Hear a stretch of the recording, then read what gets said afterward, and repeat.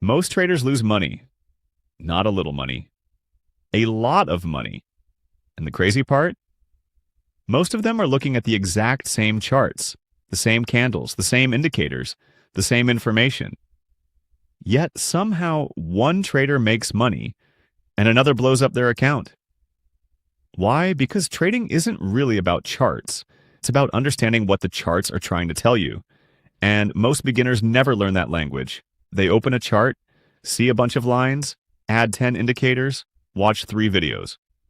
Join a Discord server, and suddenly believe they're ready to beat the market. The market usually has other plans. So today, I'm going to explain the most important trading concepts you'll ever learn. Not like a course, not like a textbook, but through the exact mistakes that cause most traders to fail. Let's start with mistake number 1, fighting the trend. Imagine a stock is rising, week after week, month after month. Every pullback is small, every new high is higher than the last. Buyers are clearly in control, but then a beginner looks at the chart and says, it has gone up too much. It has to fall. So they bet against it and lose. Because the trend keeps going. This is the first lesson. The market doesn't care what you think should happen. It only cares what is happening. When price keeps making higher highs and higher lows, that's called an uptrend. Buyers are winning. When price keeps making lower highs and lower lows, that's a downtrend. Sellers are winning. Simple. And yet most beginners ignore it. They spend months searching for secret indicators when the trend was telling them everything they needed to know. Now let's talk about another mistake. Buying at random prices. Imagine a stock falls to $100. Buyers rush in, price bounces. A few weeks later, the stock falls to $100 again, and buyers show up again. Then again and again. That level starts becoming important. This is called support. Think of support like a floor, not a concrete floor, more like a wooden floor. It usually holds. Sometimes it breaks. Resistance is the opposite, a ceiling where sellers tend to appear. These levels matter because markets have memory. Traders remember them. Institutions remember them. Algorithms remember them. And that memory influences future decisions. Now here's where beginners get trapped. They think support guarantees a bounce. It doesn't. Nothing in trading is guaranteed, and that's a lesson we'll come back to later. But before that, let's talk about something that confuses almost everyone. Indicators. The internet loves indicators.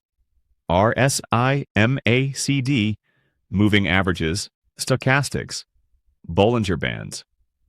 Some traders collect indicators the way children collect Pokemon cards. The chart becomes so crowded, you can barely see the price. And that's a problem, because indicators don't predict the future. They interpret the past. Let's start with the most popular one, the moving average. A moving average simply smooths out price action. It helps traders see the bigger picture. If price is above it, the trend is generally bullish. If price is below it, the trend is generally bearish. That's it. Nothing magical. Now let's talk about RSI, the Relative Strength Index. RSI tries to measure whether a move has become stretched. If RSI gets very high, the market may be overbought. If RSI gets very low, the market may be oversold. Notice the word may, because beginners hear overbought and instantly sell. Then watch the stock continue rising another 30%. RSI isn't a crystal ball, it's a clue. And clues are not the same thing as certainty. The same goes for MACD. MACD measures momentum, the strength behind a move. Think of it like a speedometer. A car moving at 100 miles per hour has momentum. A stock moving aggressively higher also has momentum.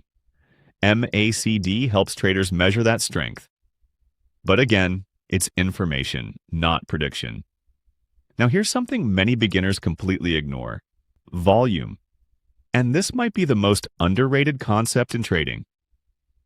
Imagine a stock rises 10%, but hardly anyone traded it. That's suspicious.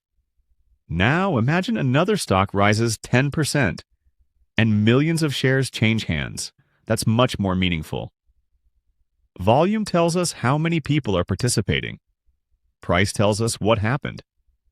Volume tells us how serious it was.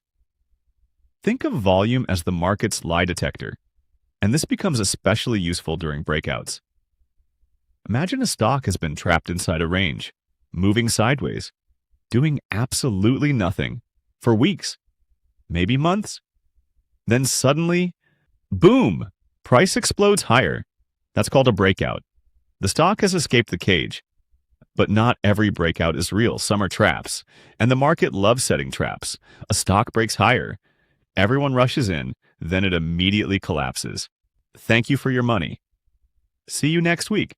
This is why experienced traders look for confirmation, which brings us to one of the most important concepts in trading: confluence. Confluence simply means multiple signals agreeing. Imagine a stock is in an uptrend. Price pulls back to support. At the same time, it reaches a Fibonacci level. Volume starts increasing. RSI begins recovering. Now, suddenly, 4 different pieces of evidence point toward the same idea. That's confluence. One signal can be wrong, 2 signals can be weak. But when several signals align, the setup becomes much more interesting. Notice something important. None of these tools work alone. The trend, support, volume, RSI, Fibonacci, they become powerful when used together. And that's where many beginners go wrong. They search for the perfect indicator. The secret strategy? The magic formula. It doesn't exist. Because trading isn't about prediction. It's about probabilities. Think about a casino. A casino doesn't know which hand will win. It doesn't know which roulette spin will hit. But it knows the odds. And over time, those odds work in its favor. Professional traders think the same way. They don't need every trade to win. They just need a system that works over hundreds of trades. And that brings us to the biggest reason traders fail: risk management. The most boring topic in trading, and the most important. Beginners ask, how much money can I make? Professionals ask, how much money can I lose? One question chases profits. The other protects survival. And survival is everything. Because even the best setup can fail.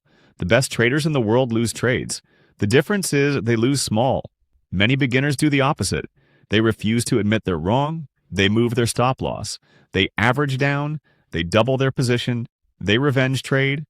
And eventually, the market teaches them a very expensive lesson. Trading isn't about being right. It's about managing being wrong. Read that again.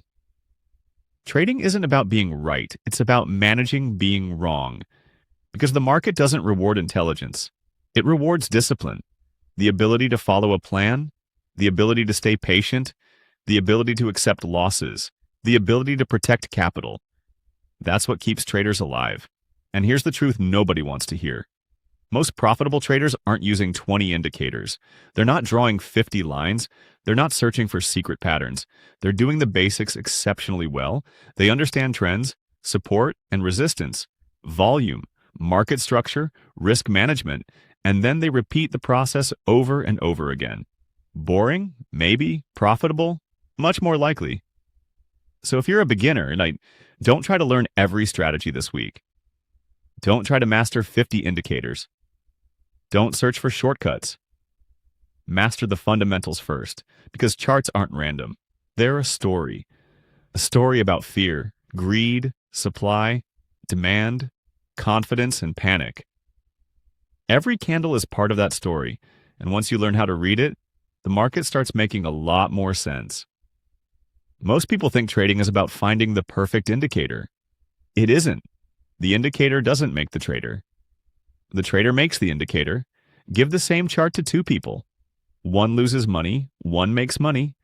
The difference isn't the chart, it's the decisions. And that's why the market isn't really testing your strategy, it's testing you. If you enjoyed this video, let's subscribe to Massey Explained. Because every week, why don't we break down money, markets, business, and the hidden systems that shape the world? And remember, the goal isn't to predict the future. The goal is to survive long enough to let probability work in your favor.